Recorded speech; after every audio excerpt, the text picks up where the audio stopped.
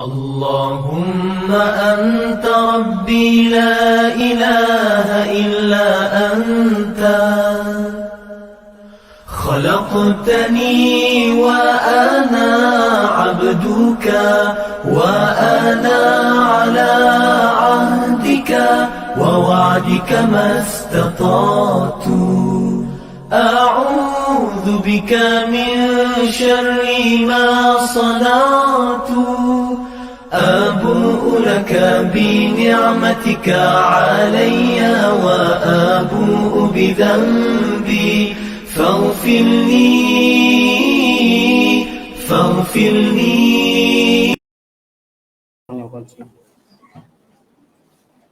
بسم الله الرحمن الرحيم. ومنهم من عاهد الله لئن آتانا من فضله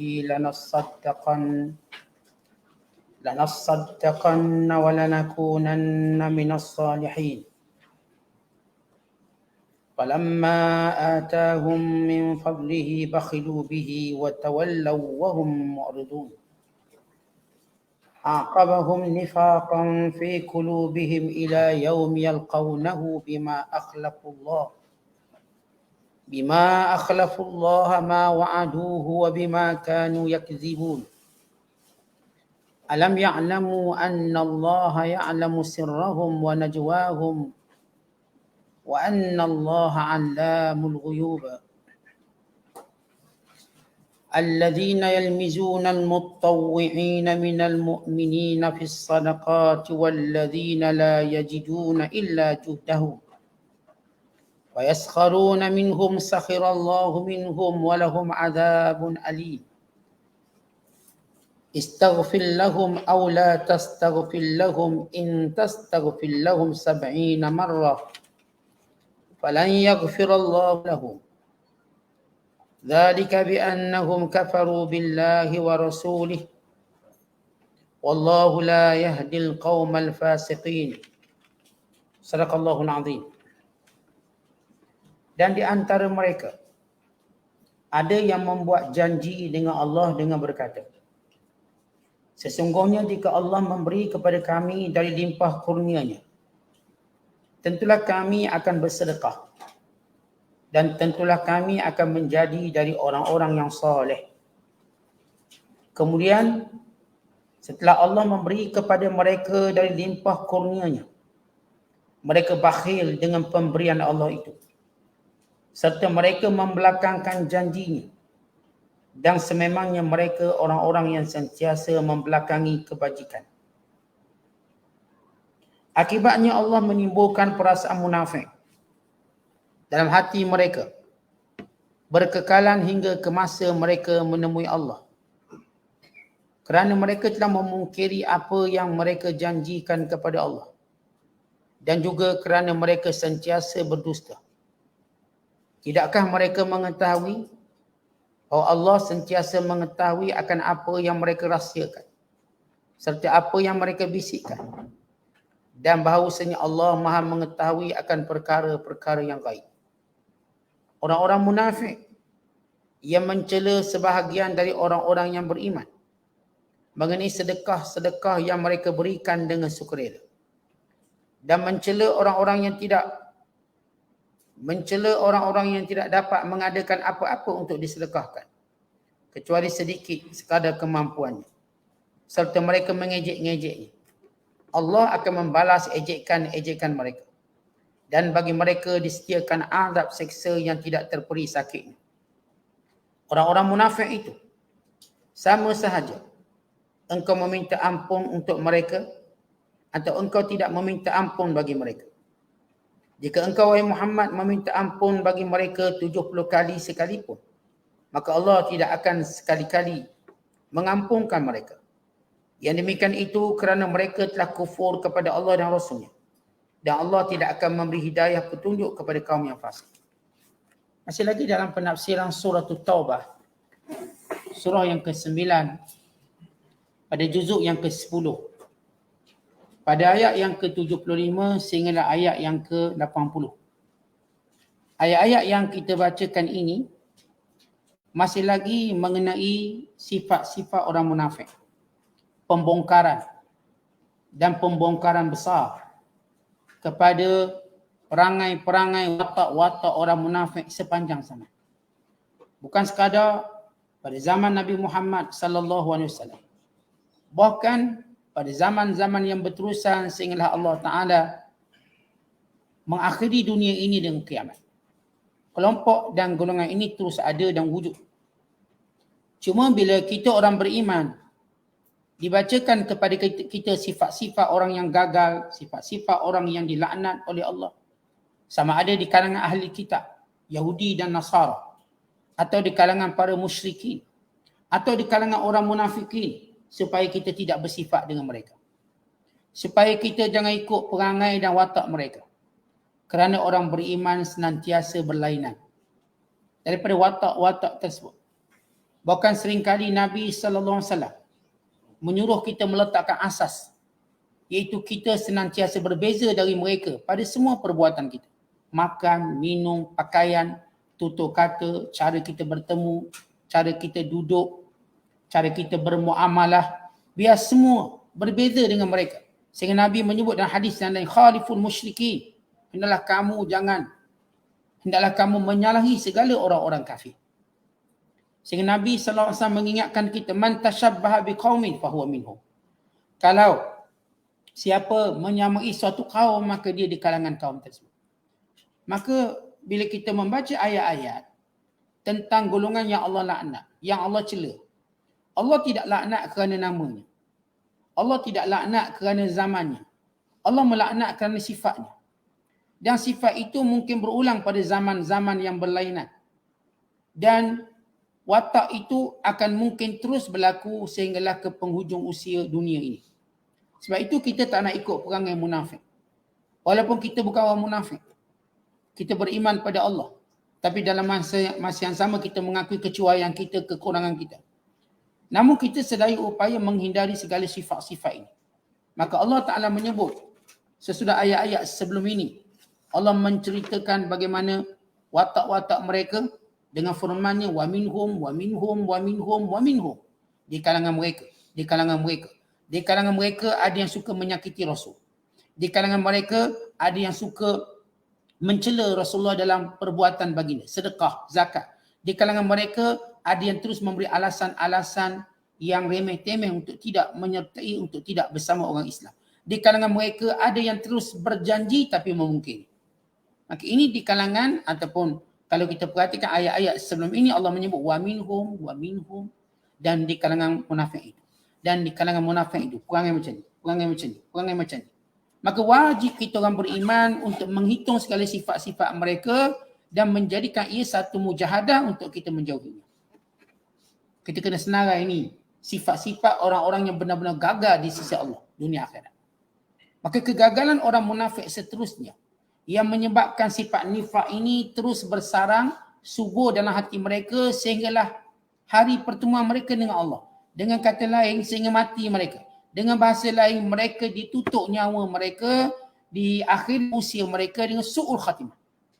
Supaya kita tak juga terlibat seperti mereka. Kata Allah, wa minhum, dan di kalangan orang munafik itu, man ahadallah, orang yang benar-benar berjanji kepada Allah. Lain atana, kalau Allah memberikan kepada kami min fadlihi, daripada kurniaannya, yakni kekayaannya. Kalau Allah beri saya kaya, kalau Allah beri saya sihat, kalau Allah beri saya lapang waktu, kalau Allah beri saya begitu, saya begini, lanasaddaqan, kami akan bersedekah. Walanakunanna minas salihin, kami akan jadi orang baik.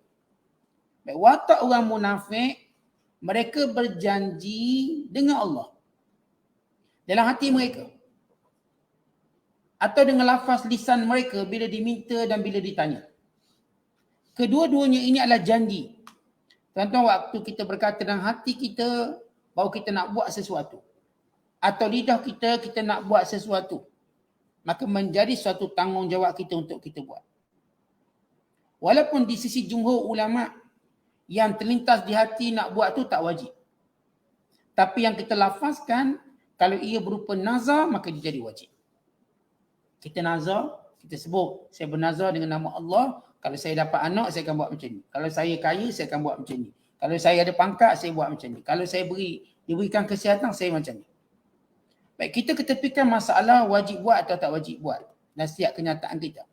Namun kita nak tahu bahawa watak munafik, hatta mereka bersumpah dengan nama Allah untuk buat baik, mereka tak akan buat baik. Turun ayat ini, bila sebahagian orang munafik berkata di hadapan Allah, berkata di hadapan Rasul, kalaulah kami kaya, kalau Allah beri kami kaya, kami akan jadi orang yang pemurah. Kemudian kami akan jadi orang yang baik. Kami akan sedekahkan harta kami pada keredaan Allah. Kami akan hubungkan silaturahim. Kami akan berjihad. Kami akan itu, kami akan ini. Maka disebut, dibilang kebaikan-kebaikan mereka nak buat. Tiba-tiba bila Allah beri kebaikan pada mereka, lalu mereka ini ada 3 penyakit. Penyakit yang pertama ialah mereka menjadi bakhil dan kedekut. Ada orang yang memang berkata, kalau saya kaya, saya nak buat macam ni. Tiba-tiba dia kaya, dia tak buat. Maka dia telah mewarisi, telah ada sifat munafik. Ada orang kata, kalau saya sihat, saya nak ke masjid, saya nak dengar kuliah, saya nak buat itu, nak buat ini. Tiba-tiba dia sihat, dia tak buat. Dia juga bakhil dengan masa dia. Yang tadi bakhil dengan harta. Yang ni bakhil dengan waktu atau dengan fizikal tubuh badannya. Dulu dia kata dia sakit. Sekarang kalau saya sihat, saya akan buat tu, saya akan buat. Tiba tak. Ada orang berkata, kalau saya lapang waktu, saya pun akan buat baik banyak. Tapi sekarang saya sibuk. Tunggulah saya pencen. Tunggulah saya kena berhenti kerja dan sebagainya. Setiap kali mereka melakukan janji ini, Allah akan uji mereka untuk melihat apakah mereka benar atau bohong. Dan Allah akan menjadikan saksi-saksi di kalangan manusia untuk merakamkan pembohongan mereka atas sifat benar mereka.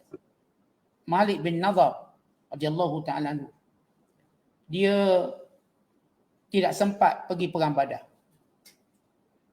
Namun dia berjanji dengan Rasulullah dan berjanji dengan Allah, kalau ada peluang berperang, dia akan tunjukkan yang sebenar-benar bagaimana dia akan berperang.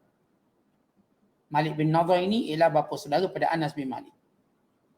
Maka tiba-tiba dalam peperangan Uhud, dia tunjuk betul-betul sehingga dia gugur syahid. Dia orang yang benar. Ada seorang sahabat, waktu dibahagikan harta ghanimah dalam peperangan Badar, dia menolak. Dia berkata, ya Rasulullah, aku berperang bukan untuk ini, tetapi aku berperang untuk mati syahid, sambil memberi isyarat pada beberapa bahagian badannya supaya dipanah. Maka dalam peperangan Badar, dia benar-benar dipanah tempat yang ditunjukkan. Kan dia benar dengan Allah. Tapi di kalangan manusia, orang munafik, bila mana dia berjanji kalau kaya dia nak buat macam ini, bila benar dia kaya dia tak pernah buat. Bahkan dia menjadi semakin bakhil dan kedekut. Orang yang berjanji kalau dia sihat dia akan buat macam ni. Dulu kena COVID, masuk ward. Dah masuk, dah quarantine. Janji, ya Allah kalau beri peluang sekali lagi aku akan buat benda tu, buat benda ni. Dah sembuh, dia macam biasa. Dia tunggu COVID yang kedua pula. Baru dia pasal niat baik. Dan ini orang-orang yang mewarisi, kita tak kata dia munafik. Dia mewarisi sifat nifaq. Dan kita tak nak warisi sifat itu. Dan di kalangan mereka juga dia berkata, sekarang kami sibuk. Kalau Allah lapangkan waktu kami dah tak sibuk, kami akan buat macam ni, macam ni. Juga mereka tak buat. Sebenarnya saya katakan, Allah akan uji, Allah akan jadikan ada saksi dengar perkataan mereka. Akan ada saksi. Supaya apa? Supaya orang tahu dia sebenarnya berbohong. Allah dah tahu orang ni bohong. Tapi Allah nak di kalangan hamba-hambanya tahu. Sebab tu tuan-tuan dalam hidup kita, kita tengok. Ada orang kita nampak bila dia cakap betul dia buat. Sebab dia benar dengan apa yang dia cakap. Walaupun bunyinya macam cakap besar. Tapi sebenarnya dia bercakap atas keazaman sungguh-sungguh dia. Ada orang kita tengok dia bercakap, dia tak pernah buat apa yang dia cakap. Dengan kelebihan yang Allah beri pada dia, maka dia makin jauh dengan Allah. Sebab itu kita berlindung pada Allah daripada percakapan bohong tadi. Kerana siapa pun yang bercakap sesuatu, Allah akan uji dia. Siapa pun. Sebab tu kalau hari ni kita bercakap, saya Ustaz, kalaulah hidup zaman Rasulullah, saya pasti akan sentiasa mendampingi Rasulullah. Kata kita. Kita macam tak tahu zaman Nabi tu munafiknya banyak. Tiba-tiba Allah uji kita di zaman kita. Zaman kita orang nak baca hadis Nabi pun kita tak nak dengar. Pun tak nak pergi. Macam mana nak duduk? Kita ni tuan-tuan bila baca hadis Nabi dah macam kita bersama Rasulullah. Dah sama macam kita duduk di hadapan baginda sallallahu alaihi wasallam. Tapi kalau tu pun kita payah, macam mana bila Rasulullah hidup kita nak rajin? Tak mungkin. Sebab ini persoalan hidayah. Benar dengan Allah, bukan persoalan zaman. Bukan persoalan waktu. Bukan persoalan di mana. Ia persoalan keazaman. Sebab seorang tu kalau benar azam dia, kat mana pun dia jadi sama. Dia kat sini macam ni perangai, kat kampung macam ni, semuanya sama. Sebab dia benar dengan Allah. Sebab itu Allah Ta'ala memuji orang-orang yang benar. Dan Allah menyuruh kita menjadi orang yang benar. Ya ayyuhalladzina amanu taqullah wa kunu ma'as sadiqin. Wahai orang-orang yang beriman, bertakwalah pada Allah dan hendaklah kamu bersama dengan orang-orang yang benar. Orang ni kalau dia cakap dia buat. Kemudian kata Allah Ta'ala, falamma atahum, bila kami beri pada mereka min fadlihi, daripada kurniaan Allah yang macam mereka minta. Yang minta sihat, yang minta kaya, yang minta pangkat, yang minta lapang waktu, yang minta anak, yang minta itu. Apa yang mereka minta? Bila kami beri apa yang mereka nak, lalu kata Allah, bakhilu bihi. Yang pertama, bakhilu bihi. Mereka mula bakhil dan kedekut. Perkataan bakhil di sini, tuan-tuan, bukan maksud tak bagi duit je. Perkataan bakhil di sini kata ulama tafsir, huwa ibaratun an man'il haq. Itu satu ibarat, dia mencegah dirinya daripada berbuat perkara yang dituntut. Kalau harta, dituntut untuknya apa? Zakatnya, sedekah. Kalau kesihatan, dituntut padanya apa? Untuk buat ibadat, untuk buat taat. Kalau kelapangan waktu, dituntut untuknya untuk apa? Maka ada tuntutan-tuntutan bagi setiap perkara yang Allah berikan pada dia. Kalau diberi anak, tuntutan dia apa? Kalau diberi pangkat, tuntutannya apa? Semua ada tuntutan. Tapi mereka ini bakhil. Maksud bakhil kata ulama, man'ul haqq. Mereka menghalang diri mereka daripada melaksanakan tuntutan bagi setiap nikmat yang Allah beri pada mereka. Kemudian yang kedua, penyakit mereka, at-tawalli anil ahd. Mereka tidak menepati janji. Seolah-olah mereka rasa mereka tak pernah berjanji. Dan yang ketiga kata Allah, al-i'rad an takalifillah wa awamirihi. Mereka meninggalkan perintah Allah dengan firman-Nya, wa hum mu'ridun. Mereka langsung tak nak peduli lagi perintah Allah.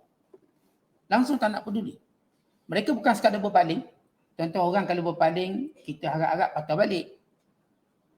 Tapi mereka memang tak letak langsung dalam diari kehidupan mereka untuk buat taat. Tak ada. Bukan mereka tak nak buat ibadat hari ni. Dan bukan juga esok, selama-lamanya. Ini disebut wahum mu'ridun. Selama-lamanya mereka lupa janji mereka dengan Allah. Lalu kata Allah, kesan 3 perkara mereka buat. Fa'aqabahum nifaqan. Maka Allah Ta'ala menjadikan sebab perbuatan itu, dalam hati mereka itu ada sifat nifaq. Apa maksud nifaq? Ya, kalau kita sebut munafik, zahir maknanya ialah bohong lah.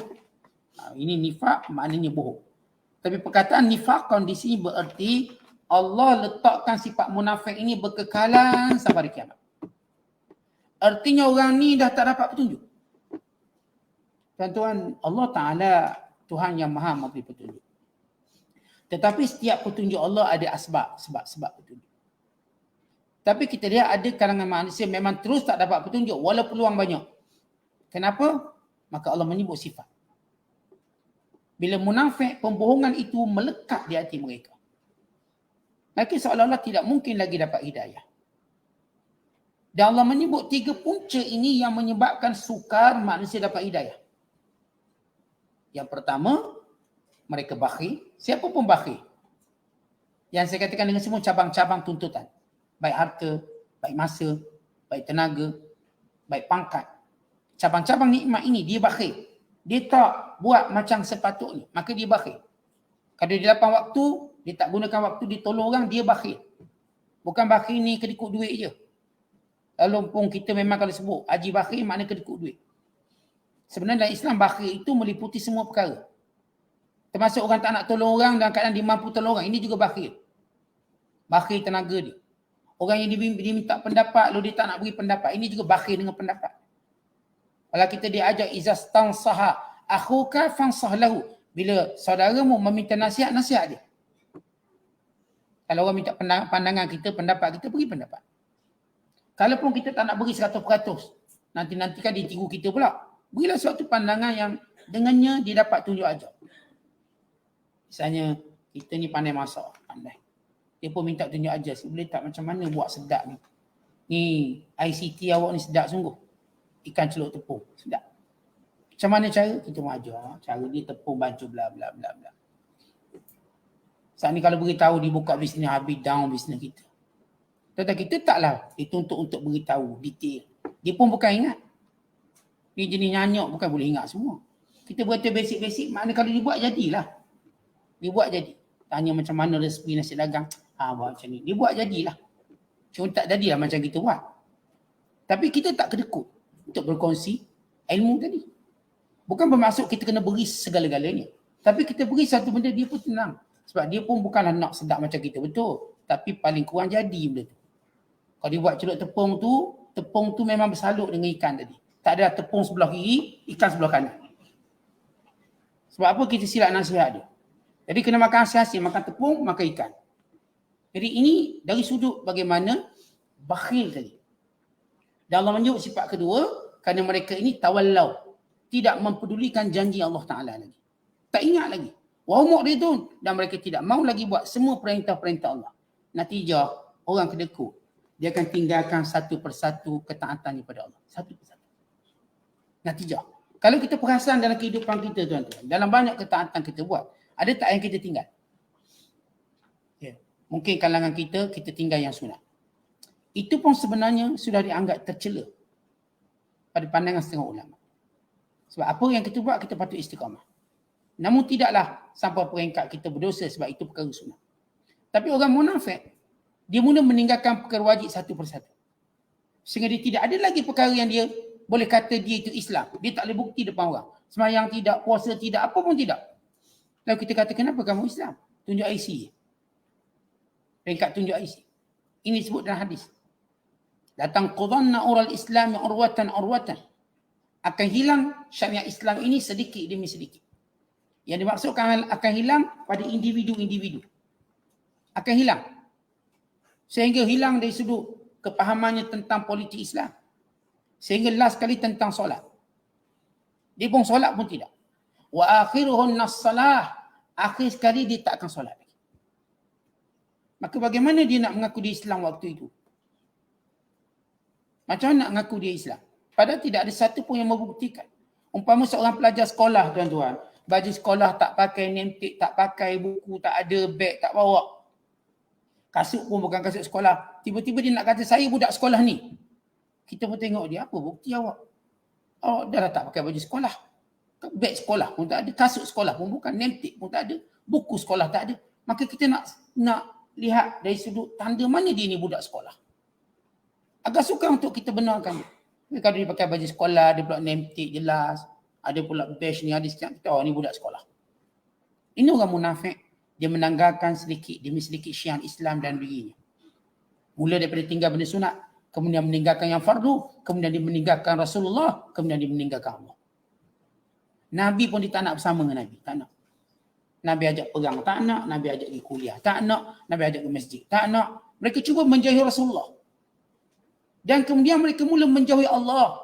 Maka ketika itu tidak ada apa lagi nilai mereka. Mereka sudah menjadi kafir. Ini orang munafik.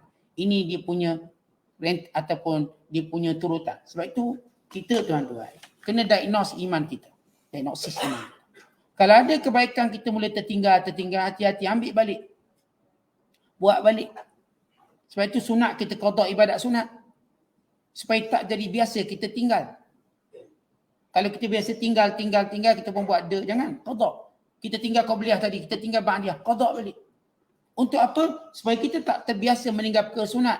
Kerana siapa yang tak biasa meninggal perkara sunat, dia telah menjaga perkara fardunya. Kerana ibadat sunat adalah pagar kepada ibadat fardu. Bayangkan tempat dah tak ada pagar, maka diceroboh dengan mudah. Maka sebab itu, walaupun benda-benda itu sunat, kita qada. Qada balik. Bahkan di sisi Imam Abu Hanifah, seorang berpuasa sunat, lalu membatalkan puasa sunatnya, dia wajib qada. Sebab dia dah pernah buat. Walaupun jumhur ulama kata tidak. Kerana orang puasa sunat, kalau dia dah batalkan tak ada apa-apa. Walaupun kalau dia qada lebih baik. Kenapa? Supaya dia tak tinggal kebiasaannya. Kalau kebiasaan kita tuan-tuan menyapu sampah. Maksudnya kita ke masjid kalau sampah bersih-bersih. Kita jangan tinggal sampailah kita menemui Allah. Kalau kita kebiasaan datang awal masjid, jangan datang lambat. Kalau datang lambat kita kena hukum diri kita. Supaya kita terbiasa. Kalau kita biasa datang, kita mengaji Quran dulu, tiba tak mengaji hari ni. Datang mengumpat dulu, tak mengaji dulu. Misal. Maka kita baiki diri kita. Ini kesalahan. Sebab kita mesti melazimi apa yang menjadi kebiasaan kita dan perkataan. Kenapa kita takut jadi macam orang munafik? Mereka tinggalkan satu persatu dan mereka tak rasa apa-apa pun. Ini disebut wahum mu'ridun. Kemudian kata Allah, fa'aqabahum nifaqan fi qulubihim ila yaumi yalqawnahu. Maka Allah menumbuhkan sifat munafik dalam hati mereka sehinggalah hari kiamat. Ini hari pertemuan dengan Allah. Bima akhlafullah, sebab mereka memungkiri janji dengan Allah. Ma wa'adu, apa yang mereka janjikan. Wa bima kanu yakdzibun, dan pembohongan yang berterusan. Bohong depan Rasulullah, bohong depan orang beriman, bohong semua perkara. Alam ya'lamu, tidakkah mereka mengetahui? Annallaha ya'lamu sirrahum wa najwahum. Allah mengetahui setiap rahsia mereka, setiap bisikan mereka. Wa annallaha 'allamul ghuyub, dan Allah mengetahui setiap perkara gaib yang ada dalam dada mereka. Orang munafik cuba berahsia, cuba berbisik, cuba menyimpang perancangan jahat kepada Islam, kepada Nabi SAW, kepada umat Islam. Dia ingat tak ada orang tahu. Dia ingat Allah tak tahu. Allah akan bongkarkan satu persatu. Sama ada melalui percakapan mereka atau melalui kegagalan tindakan mereka. Ya memang mereka bertindak lalu gagal, maka terbongkar apa mereka buat. Sebagaimana konspirasi muamarah untuk membunuh Rasulullah di Aqabah. Akhirnya diketahui. Dan sebagaimana konspirasi mereka juga untuk membina Masjid Dhirar. Akhirnya terbongkar, lalu dibakar. Sebagaimana konspirasi mereka, muamarah mereka, bisikan-bisikan mereka yang berbohong, yang mengejek, yang mencela Nabi SAW, Allah bongkarkan daripada satu ayat hingga satu ayat. Maka surah At-Taubah, surah pembongkaran tentang watak-watak munafik yang sebenar. Kemudian Allah Ta'ala menyatakan, sesudah menceritakan watak munafik, kenapa mereka mati dan su'ul khatimah. Dan perangai mereka lagi. Alladzina yalmizunal mutawwa'ina minal mu'minin fi sadaqat. Mereka yang mencela orang-orang yang sukarela bersedekah. Berhubung ayat ini diriwayatkan oleh Bukhari dan Muslim daripada Abu Mas'ud Al-Badri radhiyallahu ta'ala anhu, bila mana turun ayat sedekah, maka semua para sahabat berebut-rebut untuk bersedekah. Ada sahabat bernama Abu Uqail ataupun namanya Habhab. Dia pun datang disedekah sebanyak segantang. Maka orang munafik mencela. Kalau orang tu bawa banyak, mereka kata ini orang-orang yang riak, murai. Kalau orang tu sedekah sikit, Allah sikit, bukan padan, bukan cukup. Ni dekat celah gigi. Maka Allah Ta'ala menyebut, watak orang munafik mencela setiap kebaikan yang orang beriman buat. Sebab itu kalau kita lihat apa yang diriwayatkan oleh Ibn Abbas radhiyallahu ta'ala anhuma, dan juga apa yang diriwayatkan daripada Ibnu Jarir, daripada Ibn Abbas. Nabi SAW satu hari berkhutbah mengajak manusia supaya bersedekah. Khususnya dalam membiayai peperangan terbesar, perang Tabuk. Lalu para sahabat berebut beri sedekah. Datang Abdul Rahman bin Auf, beri separuh harta. Lalu dia berkata, ya Rasulullah, aku ada sebanyak 8,000 dirham. Aku simpan 4,000 dirham untuk aku dan keluargaku, dan aku sedekah lagi, aku beri pinjam pada Allah 4,000. Abdul Rahman bin Auf beri separuh. Kemudian Nabi SAW mendoakan, barakallahu laka fima a'taita wa fima amsakta. Moga Allah memberkati kamu apa yang kau beri dan apa yang kau simpan. Ini di antara doa yang disunatkan kita baca pada setiap orang yang derma atau bagi setiap orang yang buat baik pada kita. Kalau ada orang sponsor kita beri benda tu, beri benda ni, misalnya kita kata barakallahu laka fima a'taita wa barakallahu laka fima amsakta. Moga Allah berkati apa yang kau berikan dan Allah berkati apa yang kau simpan. Diberkati. Kemudian berkat doa Nabi SAW, maka Abdul Rahman menjadi antara orang yang kaya di Madinah. Sehingga bila dia meninggal dunia, isterinya mewarisi harta yang banyak. Abdul Rahman bin Auf meninggalkan 4 orang isteri, dan kesemua isterinya menjadi orang yang kaya dengan harta Abdul Rahman bin Auf. Kerana apa? Berkat doa Nabi SAW. Sebab Nabi kata Allah berkati apa yang kau belanjakan dan apa yang kau simpan. Kemudian datang Umar Al-Khattab, juga beri separuh. Datang Asim bin Adi Al-Ansari, maka diberi dengan sejumlah besar sedekahnya. Datang Uthman bin Affan, juga membawa sedekah yang banyak. Dan datang seorang sahabat namanya Abu Uqail, dia bawa segantang. Tak banyak, orang lain semua banyak. Dan dia berkata, saya bekerja semalaman untuk angkat air, untuk siram pokok kurma. Lalu saya dapat dua 2 sa'in, 2 gantang. Maka segantang saya terima untuk beri kepada peperangan dan segantang lagi untuk isteri dan keluarga saya. Saya bagi pinjam pada Allah separuh. Maka Nabi SAW mendoakan keberkatannya. Namun orang munafik bila tengok yang bawa banyak, kata orang munafik ni geng-geng dia. Yang bawa sikit pula seperti Abu Uqail dan lain-lain, ini orang-orang yang juga nak tumpang glamour orang-orang kaya. Dia sedekah nak tumpang glamour. Sedangkan dia cuma bawa derma sikit yang tak cukup pun. Maka Allah Ta'ala turunkan ayat ini. Di kalangan orang munafik itu yang mencela orang-orang yang suka rela. Sedangkan orang munafik, sedekah wajib pun dia tak keluar, yakni zakat. Jangan kata yang suka rela. Orang beriman sesudah mereka iltizam dengan zakat. Lalu mereka secara sukarela beri sebahagian dan ini tidak tercela. Sedekah yang bersifat sunat. Zakat dah mereka iltizam. Lalu ada orang kaya dia beri banyak. Ada orang yakin pun beri banyak. Ada kalangan miskin tidak mau terlepas peluang dan kebaikan. Mereka beri juga. Sebab Islam mengajar kepada kita bila dibuka pintu kebaikan jangan biarkan dia tertutup tanpa kita melakukan apa pun kebaikan. Jangan. Kalau di hadapan kita terbuka pintu kebaikan, jangan biarkan dia tertutup tanpa kita menjadi salah seorang ahli. Buat walau sikit. Ini diajar sebab itu turun ayat. Bila kalangan orang Islam kata, kalau kita sedekah sikit, macam tidak memberi apa-apa perubahan. Sebagai orang Islam menyangka kalangan orang miskin. Atau kalangan orang yang bukanlah miskin sangat, tapi ada bulan-bulan tak ada duit. Ada bulan-bulan memang tak ada lebih. Bila datang orang miskin, bila datang peluang untuk bersedekah, mereka tak nak sedekah sikit. Mereka kata sikit kan tak cukup, siang pula. Baik, jangan sedekah. Allah turunkan ayat.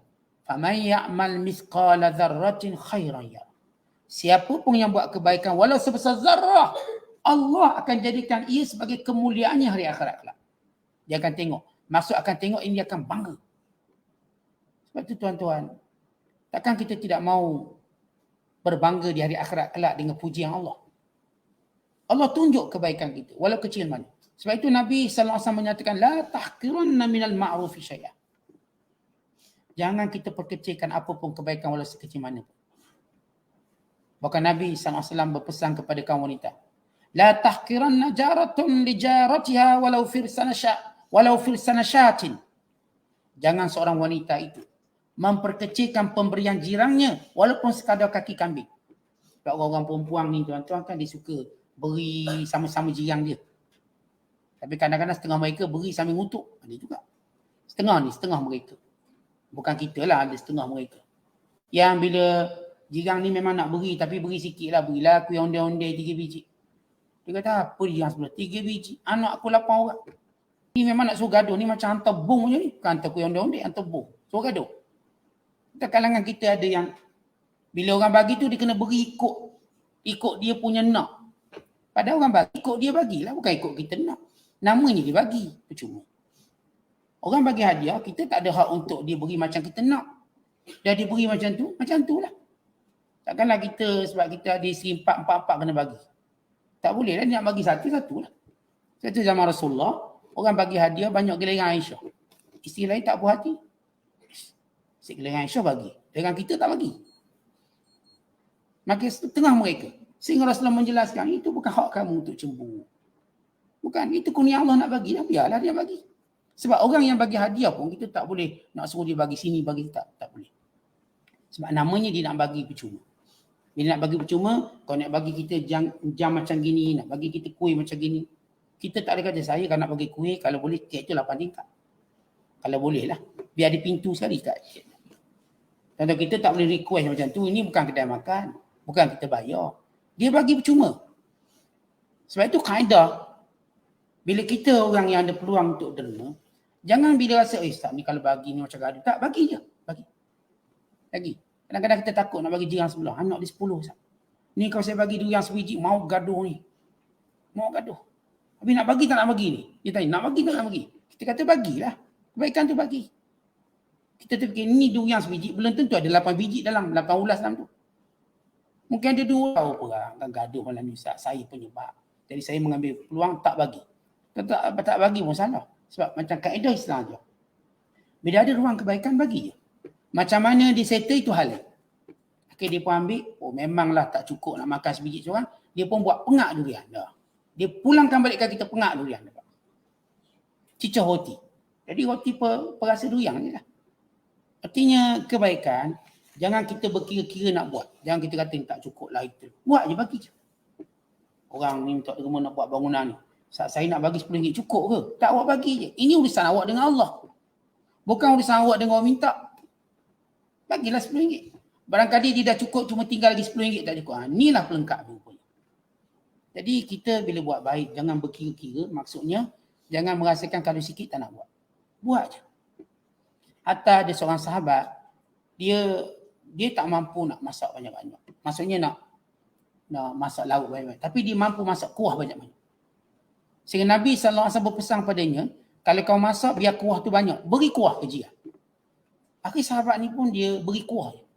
Dia tak mampu nak beri daging lagi. Dia banyakkan kuah. Sehingga Rasul kata, wa ta'at jiranak. Sedekahlah jiran-jiran kamu sebelah. Idza tabakhta fa'aksir ma'aha au maraqaha. Kalau kamu masak, kata Rasulullah, banyakkan kuahnya, beri kuah. Dia akan tulang tuan-tuan, misalnya ikan kepala je dia. Dia kepala ikan. Ada kepala siakat yang tak habis makan itu. Ada. Buatlah kari kepala ikan siakat. Tapi nak bagi semua kepala ramai. Kuah tu banyak kuah. Bagi kuah. Takut dia buat cicah roti canai. Dia buat cicah roti tandoori ke. Roti naan ke. Jadi bukan semestinya kita kena beri dengan segala yang mereka nak. Apa yang kita mampu. Yang penting tuan-tuan, bila terhidang di hadapan kita pintu kebaikan, buat. Sikit banyak itu halal. Kemudian kata Allah, fa yaskharuna minhum, mereka mencela orang beriman, memperolok-olokkannya. Sakhirallahu minhum walahum azabun alim. Allah akan mencela mereka nanti. Allah akan memperolok-olokkan mereka nanti pada hari kiamat kelak. Barulah mereka tahu waktu itu mereka mencari-cari kebaikan yang kecil. Allah, kalau saya dulu hidup buat benda ni, punya bernilai besar di sisi Allah. Kita ingat benda kecil itu kecil. Di sisi Allah besar. Kerana Allah bukan tengok kecil ke besar, Allah tengok niat kita tu. Niat kita benar nak buat baik, maka ini dia besar di sisi Allah Ta'ala. Istaghfir lahum aw la tastaghfir lahum. Wahai Muhammad, kamu mohon ampun kepada Allah untuk mereka atau tidak mohon. Dan kalau kamu mohon ampun sebanyak 70 kali sekalipun, Tuhan tak akan ampunkan mereka. Nabi SAW, dia penyantun, penyayang. Sayang kepada umatnya. Nabi nak umatnya sentiasa mendapat hidayah. Sentiasa mendapat petunjuk. Hatta bila Nabi kena baling di batu, kena halau di Taif, Nabi masih berdoa, Allahumma ighfir liqaumi fa innahum la ya'lamun. Ya Allah, ampunkan dosaku, dosa kaumku, mereka tak tahu. Tapi sampai peringkat, bila mana mereka ini sudah pun ditetapkan oleh Allah kafir, Nabi diharamkan mendoakan keampunan untuk mereka. Dan kalau Rasulullah mendoakan walau 70 kali, maksudnya bukanlah kalau 71 boleh. 70 kali dalam bahasa Arab dan takbir bahasa Arab maknanya walau sebanyak itu, walau sebanyak mana sekalipun, Arab ataupun dalam bahasa Arab mereka suka takbir, walau 70 marrah, walau 70 kali. Maksudnya bukan kalau 71 okey. Maksudnya banyak mana pun tak akan diampunkan kerana Allah Ta'ala telah tetapkan kekufuran dalam hati mereka. Kenifakan dalam hati mereka. Falan yaghfirallahu lahum. Allah tidak sekali-kali mengampuni mereka. Dzalika bi annahum kafaru billahi wa rasulih. Sebab penyakit-penyakit mereka bakhil, berpaling daripada janji Allah, berbohong kepada Allah. Mereka telah kafir pada Allah dan Rasul. Wallahu la yahdil qaumal fasiqin. Dan bila orang tu kafir, Allah tak akan lagi beri hidayah. Maka sepakat ulama, haram kita memohon ampun kepada orang kafir. Haram. Sama ada dia masih hidup ataupun dia meninggal dunia. Tak boleh minta ampun. Ada pun memohon hidayah. Maka harus kalau sekiranya dia masih hidup. Ya Allah, berilah hidayah pada dia. Itu boleh. Tapi bila dia mati dah tak boleh sebab dia sudah mati dalam kekufuran. Disepakati ulama, haram mendoakan apa-apa bentuk doa keampunan kepada orang kafir. Apa-apa ucapan-ucapan yang kononnya menandakan Allah merahmati dia. Diharamkan sama sekali. Ini bila orang kafir mati kita kata moga Allah rahmat dia. Dosa kita cakap. Allah murka. Kerana dia sudah mati dalam keadaan Allah murka. Yang kita nak masuk campur kenapa? Yang kita nak tunjuk lebih baik. Ataupun nak tunjuk kononnya kita ni bagus. Sedangkan Allah mengharamkan. Maka perbuatan bersimpati dengan orang-orang yang Allah laknat ini satu jenayah lain pula. Yang mungkin penyebab Allah Ta'ala menarik hidayah kita. Wallahu a'lam bissawab. Assalamualaikum warahmatullahi wabarakatuh.